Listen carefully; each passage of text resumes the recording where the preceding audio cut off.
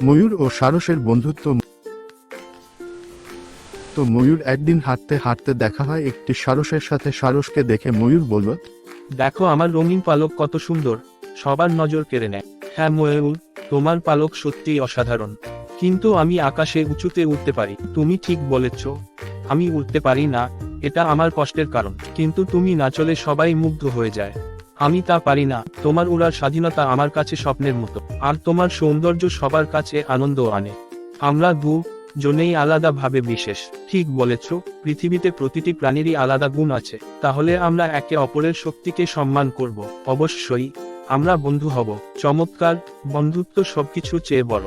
তারপর তারা একসাথে নাচতে লাগলো, আকাশে গান গাইতে লাগলো। ময়ূর তার রঙিন পালক মেলে ধরল, সারস ডানা মেলে আকাশে ঘুরে বেড়াল। জঙ্গলের অন্য প্রাণীরাও তাদের দেখে খুশি হলো। বন্ধুত্বের আনন্দে জঙ্গল ভরে গেল হাসি আর গানে। Subscribe for the channel.